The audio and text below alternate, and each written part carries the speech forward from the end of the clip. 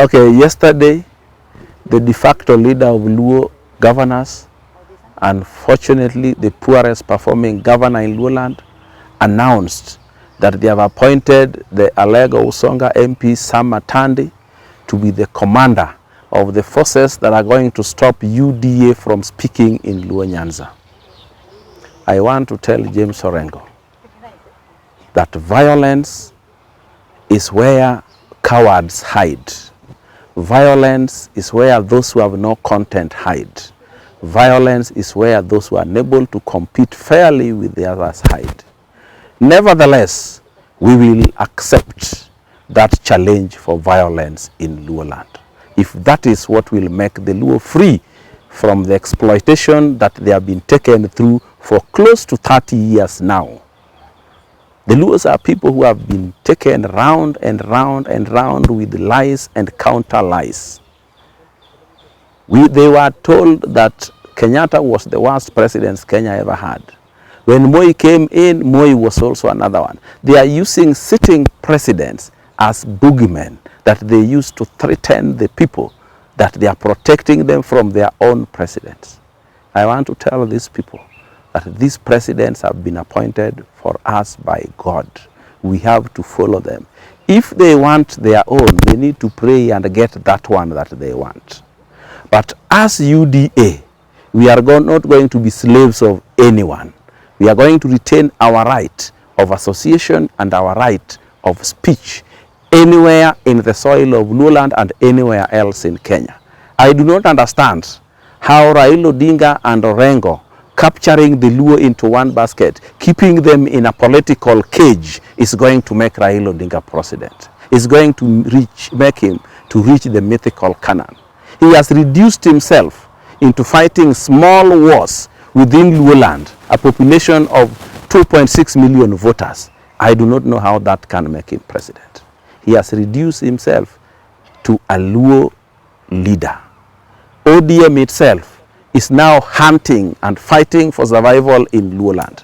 And that fight, I did not expect him to reach a level that it is going to be fought violently. Nevertheless, we are out and ready for the challenge. Bring it on.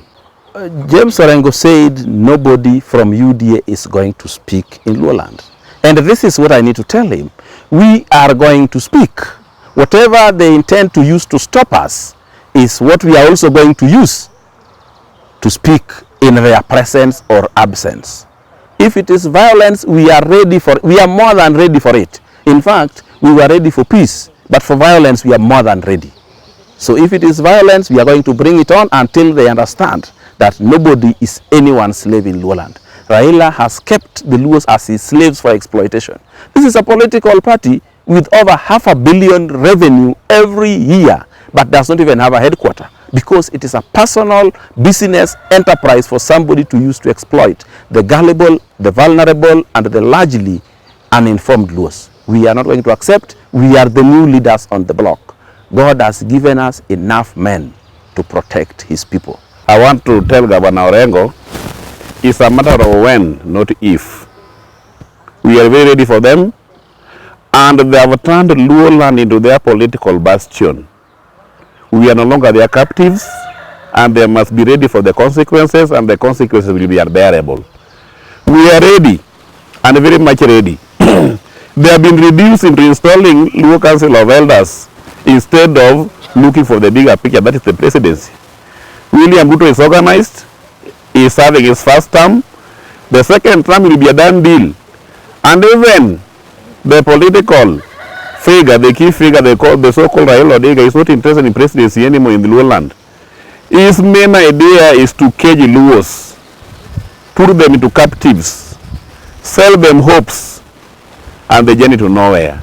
So I would like to urge the Luo governors, members of parliaments, led by Atandi, the other time you unleashed terror when you were on Mandamano.